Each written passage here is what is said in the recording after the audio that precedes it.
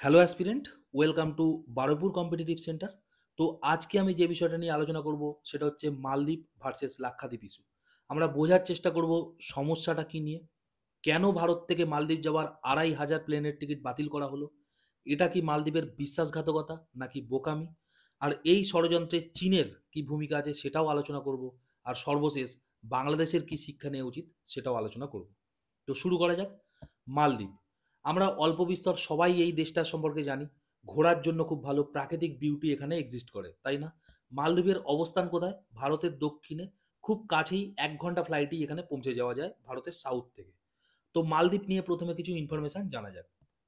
মালদ্বীপের আয়তন মাত্র ৩০০ বর্গ কিলোমিটার। আমাদের দেশের সব থেকে ছোট রাজ্য হচ্ছে গোয়া, তার আয়তন ৩,৭০২ বর্গ কিলোমিটার। আর যদি জনসংখ্যার বিচার করি তাহলে মালদ্বীপের জনসংখ্যা মাত্র ৫,২১,০০০, যেটা আমাদের সব থেকে কম জনবহুল রাজ্য সিকিম তার থেকেও কিন্তু কম। তো এই মালদ্বীপই সম্প্রতি কি হয়েছে, ইলেকশন হয়েছে এবং নতুন রাষ্ট্রপতি নির্বাচিত হয়েছে। ইনিকে মোহাম্মদ মুইজ্জু বা মোহাম্মদ মইজু, ঠিক আছে, যে যেটা উচ্চারণ করে। তো এনার টি শার্ট তুমি দেখতে পাচ্ছ, এখানে ইন্ডিয়া লেখা আছে, তাই না? এটা আধা সত্য কথা।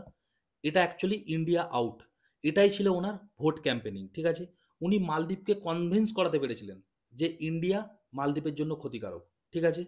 তো উনি যখন নির্বাচিত হয়ে আসেন তো এটা এক্সপেক্টেড ছিল উনি অ্যাগেনস্ট ইন্ডিয়া কিছু একটা করবেন। তো উনি কি করলেন?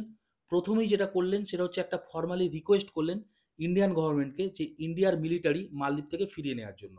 তো এখন কথা হলো, ইন্ডিয়ান আর্মি মালদ্বীপে কি করছে? তোমরা এখানে মালদ্বীপের পজিশনটা দেখতে পাচ্ছ। মালদ্বীপ এমন একটা জায়গায় অবস্থান করে, এখানে শুধু মালদ্বীপ নয়, ইন্ডিয়ার সিকিউরিটিরও একটা ইস্যু থাকতে পারে। এখানে জলদস্যুর অ্যাটাকেরও কিন্তু একটা ভয় থাকতে পারে। তো মালদ্বীপকে ইন্ডিয়া সিকিউরিটি নিয়ে সর্বত্রই হেল্প করেছে। মালদ্বীপকে হেলিকপ্টার প্রদান করা, র্যাডার প্রদান করা, এগুলো সব মালদ্বীপকে ইন্ডিয়া দিয়েছে। এবং এই র্যাডারগুলোর রক্ষণাবেক্ষণের জন্য মালদ্বীপে মাত্র ৭৫টা আর্মি আছে, মাত্র ৭৫টা আর্মি। তাও এরা কি করে আমি একটু পরে বলছি। এই র্যাডার অপারেট করার জন্য মালদ্বীপ সরকার ইন্ডিয়াকে ৩০ বছরের পারমিশন দিয়েছিল। তো সেই জন্যই কিন্তু ওরা ওখানে আসে। তো এখন এটা নিয়ে এত প্রবলেম হয়ে যাচ্ছে। তো ইন্ডিয়া মালদ্বীপে কি কি প্রবলেম ক্রিয়েট করেছে দেখা যাক। প্রথম প্রসঙ্গ, ট্যুরিজম। মালদ্বীপের জিডিপি 25% আসে শুধুমাত্র ট্যুরিজম থেকে। তার মধ্যে ইন্ডিয়ার অবদান সব থেকে বেশি। লাস্ট বছর ইন্ডিয়া থেকে প্রায় ২ লক্ষের বেশি মানুষ মালদ্বীপে ঘুরতে গেছে। আর লাস্ট ২ বছরের যদি ক্যালকুলেশন করা যায় তাহলে সেটা হয়ে যায় ৪.৫ লাখেরও বেশি। Next, vaccine. করোনার সময় মালদ্বীপ হচ্ছে বিশ্বের প্রথম দেশ যাকে ইন্ডিয়া ১ লাখের বেশি ফ্রি ভ্যাকসিন দিয়েছে, সম্পূর্ণ ফ্রিতে, কোনো কিছু না পাওয়ার আশাতেই, শুধুমাত্র বন্ধুত্বের আশাতেই। তারপরে আসে মেডিকেল ট্যুর। প্রতি বছর মালদ্বীপ থেকে বহু সংখ্যক মানুষ ভারতবর্ষে আসে তাদের শরীর চেক আপ করানোর জন্য, ট্রিটমেন্টের জন্য। পড়াশোনা, এডুকেশন। মালদ্বীপ থেকে হাজার হাজার ছেলে প্রতি বছর আসে ইন্ডিয়ায় এডুকেশনের জন্য, বিভিন্ন ট্রেনিং প্রোগ্রাম ইত্যাদি কিছু শেখার জন্য। নেক্সট আসে সামরিক সাহায্য। যে সামরিক বাহিনী নিয়ে মালদ্বীপের এত প্রবলেম, ১৯৮৮ সালে যখন মালদ্বীপে কূপ হয়, শ্রীলঙ্কা থেকে যখন সন্ত্রাসবাদী দল যখন মালদ্বীপে অ্যাটাক করতে চেষ্টা করে, সেটা কিন্তু ভারত আটকেছিল। শুধু তাই নয়, ২০০৪ সালে যখন সুমাত্রার সুনামি হয়, মালদ্বীপ যে ক্ষতিগ্রস্ত হয়েছিল সেটা কিন্তু ইন্ডিয়ান আর্মি গিয়ে ওখানে রেস্কিউ করেছিল। ২০১৪ সালের যদি ওয়াটার ক্রাইসিস দেখি, মালদ্বীপের ম্যালেতে এই ওয়াটার ক্রাইসিস মিটিয়েছিল কে? Indian army. তো ইন্ডিয়ান আর্মি নিয়ে এত প্রবলেম, সেই ইন্ডিয়ান আর্মি এই সমস্ত কাজ করে যাচ্ছে। এত কিছুর পরেও যখন এই কন্ট্রোভার্সি চলছে, এখনও কিন্তু ইন্ডিয়ান আর্মি ওদেরকে ট্রেনিং দিচ্ছে। মালদ্বীপের যে নিজস্ব বাহিনী আছে MNDF, ওদেরকে কিন্তু ইন্ডিয়ান আর্মি ট্রেন করে কিভাবে ডিজাস্টার ম্যানেজমেন্ট করতে হবে বা কিভাবে আর্মি ট্রেনিংগুলো হয়। তো এত কিছু প্রদানের জন্যই এত বছর ধরে কিন্তু ইন্ডিয়ার সাথে মালদ্বীপের সম্পর্ক খুবই ভালো ছিল। একটা প্রথা হয়ে গেছিল যে মালদ্বীপের যে নবনির্বাচিত রাষ্ট্রপতি হতো সে ইন্ডিয়াতে তার প্রথম ইন্টারন্যাশনাল ট্যুর রাখতো। এবং এই প্রথাটা ব্রেক করলো কে? এই হলো মৈত্র। সে কি করলো? সে প্রথমেই চলে গেল টার্কি এবং তারপরে এখন উনি চীনেতে আছেন। কিন্তু কথা হলো, মালদ্বীপ একটা স্বাধীন দেশ, স্বাধীন রাষ্ট্রপতি, সে ইন্টারন্যাশনাল ট্যুর যেখানে ইচ্ছা করতে পারে। তাহলে সেটা আমাদের জন্য প্রবলেম কেন? Why this is an issue? তার কারণ হচ্ছে এইটা, যে জায়গাগুলো ব্লিঙ্ক করছে এগুলো হয় চায়নার কন্ট্রোলে আছে, না হলে কন্ট্রোল করার চেষ্টা করছে। তোমরা এখানে পাকিস্তানের গোয়াদার বন্দর দেখতে পাচ্ছ, যেটা চায়নার কন্ট্রোলে। শ্রীলঙ্কার হাম্বামটোড়া, এটাও চায়নার কন্ট্রোলে। বাংলাদেশের চট্টগ্রাম প্রায় একই অবস্থা। কিন্তু চায়না এগুলো কন্ট্রোল করে কিভাবে? তার কারণ চায়নার ডেপ্থ পলিসি। চায়না এত বেশি লোন দিয়ে দেয় এই সমস্ত দেশগুলোকে, এরা চুকাতেই পারে না। সুতরাং চায়না এদের এই বন্দরগুলোকে ডিমান্ড করে এবং এরাও দিতে বাধ্য হয়। চায়নার এই নীতিটাকে বলে চায়নার মুক্তোর মালা, চাইনিজ স্ট্রিং অফ পালস। এখন কথা হলো, চায়নার এই মুক্তোর মালার প্রয়োজন হচ্ছে কেন? প্রথম কারণ, যে এশিয়ার মধ্যে সর্বশক্তিমান হিসাবে প্রমাণ করা। আর ২ নাম্বার কারণ হচ্ছে তেল আমদানি। চায়নার তেল আমদানি করতে গেলে অনেক লং রুট দিয়ে যেতে হয়। চায়না যতই সিল্ক রুটের স্বপ্ন দেখুক না কেন পাকিস্তানের উপর দিয়ে যাওয়ার, চায়নাও জানে সেটা এখন সম্ভব নয়। সুতরাং ওদের যেটা রাস্তা আছে জলপথ, সেটাই একমাত্র ভরসা। আর এই জলপথ দিয়ে নিয়ে যাওয়ার এতটা লং রাস্তায় সবসময় একটা রিস্ক থাকে। তার জন্য কন্ট্রোল অবশ্যই দরকার। এই জন্যই এই ম্যাপটা পুরো দেখো, ওই সমস্ত জায়গাগুলো চায়না কিন্তু অলরেডি কন্ট্রোল করে নিয়েছে। যাতে ওদের আমদানি রপ্তানিতে কোনো রকম কোনো সমস্যা না হয়। এবং শুধু তাই নয়, ইন্ডিয়ার সাথে যেহেতু চায়নার সম্পর্ক খারাপ, এই সমস্ত জায়গায় যদি চায়নার কন্ট্রোল থাকে তাহলে ইন্ডিয়াকে ঘিরে ফেললে ইন্ডিয়ারও কিন্তু সিকিউরিটি ইস্যু হতে পারে। ইন ফিউচার যদি কোনোদিন কোনো অঘটন ঘটে যায় তাহলে কিন্তু চায়না এই সমস্ত জায়গা থেকে ইন্ডিয়ার উপরে নজরদারি রাখতে পারে বা আরও ভয়ঙ্কর কিছু করার পরিকল্পনা করতে পারে। তো ইন্ডিয়া এটা কখনোই হতে দেবে না।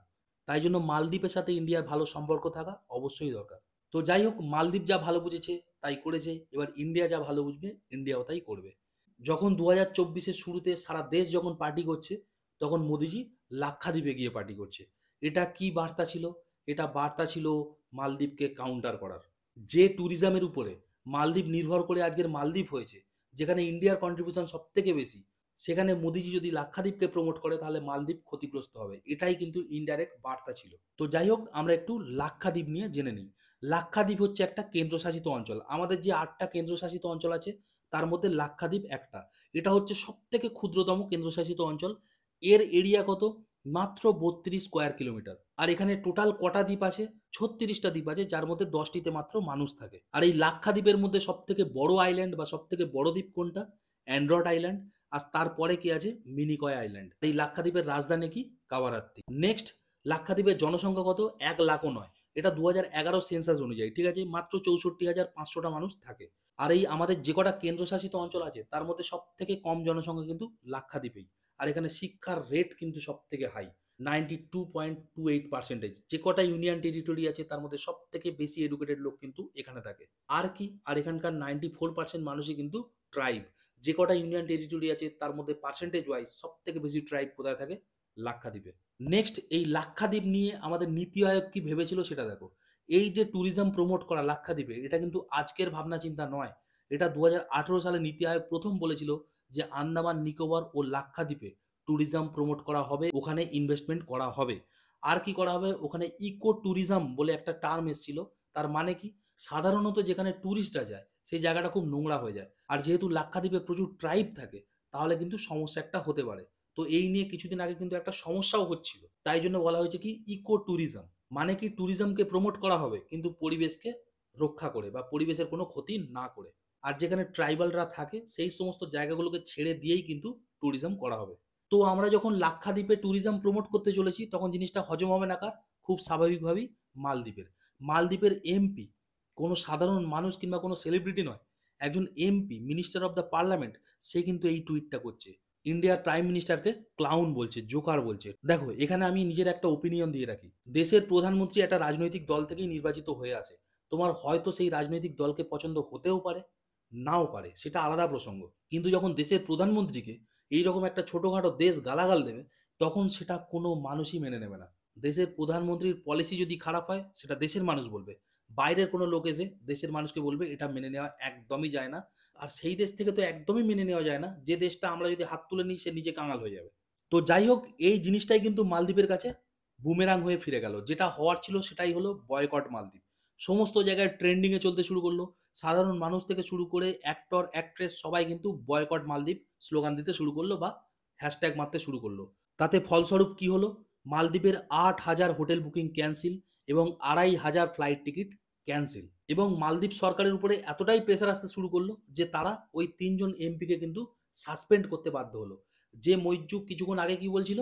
ইন্ডিয়া আউট, সে এখন কি বলছে? এমপি আউট, তাই না? এত কিছু সাহায্য, এত কিছু হেল্প, তারপরেও যখন এই রকম জিনিস হয় তখন এইগুলি ডিজার্ভ করে। তো যাই হোক, এই হচ্ছে মোটামুটি ইস্যু। এইবার চলে আসি কনক্লুশনে, কি কি হতে পারে। প্রথম, আগামী কয়েক বছর লাক্ষাদ্বীপে প্রচুর ইনভেস্টমেন্ট হবে। লাক্ষাদ্বীপ প্রকল্প যদি ঠিকঠাক কাজ হয়, ইন্ডিয়ান ট্যুরিজম বিজনেস বৃদ্ধি পাবে। ৩, মালদ্বীপের জিডিপির উপরে প্রভাব পড়বে এবং মালদ্বীপের বেকারত্ব বৃদ্ধি পাবে, যেটা কিন্তু খুব ভয়ঙ্কর একটা ইস্যু। ওদের ম্যাক্সিমাম মানুষই কিন্তু এই ট্যুরিজম ব্যবসার উপরে নির্ভরশীল। যদি যাওয়াই বন্ধ হয়ে যায় তো তারা খাবে কি? তারা ইনকাম করবে কোথা থেকে? ওখানকার মানুষজনও কিন্তু এইটার জন্য তাদের সরকারকে দায়ী করছে। তো সুতরাং দেশের রাজনৈতিক নেতাদের কিছু করার আগে অবশ্যই কিছু ভেবে করা উচিত। এটা শুধু তাদের ৩ জনের ব্যাপার নয়, পুরো মালদ্বীপের ইস্যু হয়ে গেল এখন। তো যাই হোক, ৪ নম্বরে কি হবে? ভারত ও মালদ্বীপের সম্পর্ক আরো খারাপ হওয়ার একটা প্রবণতা আছে। ফলত মালদ্বীপ ও চায়নার সম্পর্ক ভালো হতে পারে। আর চায়না যার সাথে সম্পর্ক ভালো করেছে, তাদের অবস্থা খারাপই হতে পারে। সুতরাং মালদ্বীপের অবস্থাও পাকিস্তান ও শ্রীলঙ্কার মতো হতে পারে। তো এই কয়েকটা প্রবাবিলিটি হতে পারে মালদ্বীপের দিক থেকে। আর ইন্ডিয়ার যদি বলি কি খারাপ হতে পারে, মালদ্বীপের সাথে সম্পর্ক যদি খারাপ হয়, তাহলে কিন্তু আমাদের সিকিউরিটি ইস্যুর একটা ব্যাপার থেকেই যাবে। কিন্তু সেইটা লড়ার মতো ক্ষমতাও কিন্তু ইন্ডিয়ার আছে। আমাদের ওখানে লাক্ষাদ্বীপও আছে। আমরা কিন্তু আর্মি ওখানেও রাখতে পারি। তো যাই হোক, সেগুলো ভবিষ্যতের ব্যাপার। দেখা যাক ভবিষ্যতে কি হয়। তো এবার চলে এসো প্রসঙ্গ বাংলাদেশ। বাংলাদেশ যবে থেকে সৃষ্টি হয়, তবে থেকে বাংলাদেশ ও ভারত বন্ধু, তাই না? তোমরা এখানে ছবি দেখতে পাচ্ছ বাংলাদেশের বঙ্গবন্ধু শেখ মুজিবুর রহমান ও আমাদের ইন্দিরা গান্ধীকে, তাই না? বাংলাদেশের উপরে যখন পাকিস্তানের অত্যাচার নেমে আসে, ৭১ সালে কিন্তু ভারতীয় আর্মি বাংলাদেশকে হেল্প করেছিল। তাদের মুক্তি বাহিনীকে ট্রেন্ড করেছিল। বাংলাদেশের স্বাধীনতার সময় ভারত যে হেল্প করেছিল, তারপর থেকে কিন্তু বাংলাদেশের সাথে ইন্ডিয়ার সম্পর্ক সব সময় ভালো ছিল। এবং তাদের যে জাতীয় সঙ্গীত আমার সোনার বাংলা, এটা কিন্তু আমাদের কবিগুরুরই লেখা, তাই না? আজও পর্যন্ত যখন কোনো ইস্যু হয়, দুটো দেশ কিন্তু বসে সেই জিনিসের কিন্তু মীমাংসা করে। যখনই শেখ হাসিনা ইন্ডিয়াতে আসে, তখন কিন্তু মমতা ব্যানার্জি কিংবা মোদি নিজে যায় তাকে রিসিভ করার জন্য, তাই না? এই ছবিটা আমার খুব ভালো লেগেছিল। দুজনে বাংলায় কথা বলে যাচ্ছে আর মাঝখানে উনি বোঝার চেষ্টা করছে যে অ্যাকচুয়ালি কি কথা হচ্ছে। তো বাংলাদেশের সাথে ইন্ডিয়ার সম্পর্ক চিরকালই ভালো এবং ভালো থাকবে। কিন্তু সমস্যাটা শুরু হয় কোথা থেকে জানো? এইরকম কিছু ছাগলের জন্য। এই ছাগল শুধু বাংলাদেশে পাওয়া যায় না, এখানেও বেশ কিছু পাওয়া যায়। এরা না পড়বে ইন্টারন্যাশনাল পলিসি, না বুঝবে কূটনৈতিক সম্পর্ক, না বুঝবে সিকিউরিটি থ্রেট। এরা শুধু ভুলভাল বকতে পারবে। এবং মুশকিলটা এখানে নয়। এরকম দু একজন মানুষ বললে ঠিক ছিল। কিন্তু এদের সমর্থকও প্রচুর পাওয়া যায়। যারা বোঝে কম, চিৎকার করে বেশি। দেশ যখন আরেকটা পার্শ্ববর্তী দেশের শত্রু হয়ে যায়, তখন সিকিউরিটির জন্য যে কত টাকা চলে যায়। এই যে আর্মির আমরা ভিডিওগুলো দেখি যে ধাঁই ধাঁই করে গুলি মেরে যাচ্ছে, তাতে আমাদের খুব গর্ববোধ হয়। অবশ্যই ইন্ডিয়ান আর্মি ইন্ডিয়ার গর্ব। কিন্তু মানুষ এইটা ভাবে না যে এর জন্য কত টাকা চলে যাচ্ছে, যেটা আমাদের দেশের কাজে লাগতো যদি ওই দেশের সঙ্গে শত্রুতা না থাকতো, তাই না? সুতরাং পার্শ্ববর্তী দেশের সাথে ভালো সম্পর্ক থাকাটা খুবই দরকার। আজকের ইন্ডিয়া বাংলাদেশের ভালো সম্পর্ক, ভগবান না করুক কোনোদিন যদি খুব তিক্ততার সম্পর্ক চলে যায়, দুই দেশেরই আর্মিতে কত টাকা যে খরচা হতে পারে, তো এই ছাগলদের কে বোঝাবে? এমনি আমরা থার্ড ওয়ার্ল্ড কান্ট্রি সবাই মিলে। তো যদি দেশের প্রোগ্রেসের দিকে না ফোকাস করি, এইসব দিকে ফোকাস করি, তো মালদ্বীপের মতোই হবে। তো যাই হোক, বাংলাদেশের সাথে ইন্ডিয়ার কিভাবে সম্পর্ক হয়ে আছে সেটা দেখা যাক। প্রথম হচ্ছে মেডিকেল। ঠিক যে পয়েন্টটা আমি মালদ্বীপের সময় বলেছিলাম, বাংলাদেশের সাথেও কিন্তু সেম। বাংলাদেশ থেকে প্রতি বছর অ্যাপ্রক্সিমেটলি ২.৫ লাখ লোক আসে এখানে মেডিকেল ট্রিটমেন্টের জন্য। তারপরে কি আসে? এক্সপোর্ট। ইন্ডিয়া থেকে প্রতি বছর প্রচুর জিনিস বাংলাদেশে এক্সপোর্ট হয়। পিঁয়াজ থেকে শুরু করে cotton, iron and steel, plastic সহ বহু জিনিস বাংলাদেশে এক্সপোর্ট হয়। এছাড়াও বাংলাদেশের যে মেন প্রজেক্টগুলো হচ্ছে এখন, রেলের প্রজেক্ট বলো, ইন্ডিয়া থেকে ডিজেল সাপ্লাই দেওয়া হয়, এগুলো কিন্তু দুই দেশের সম্পর্ক খুব ভালো আছে।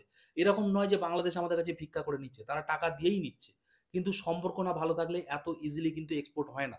এতে দুজনারই লাভ। বাংলাদেশ জিনিসগুলো কম দামে পাচ্ছে, ইন্ডিয়াও সেগুলো বিক্রি করতে পারছে। সম্পর্ক যদি খারাপ হয়, ইন্ডিয়ার এক্সপোর্ট করার মতো অনেক দেশ আছে, তাতে ইন্ডিয়ার কিন্তু লাভ কম হবে।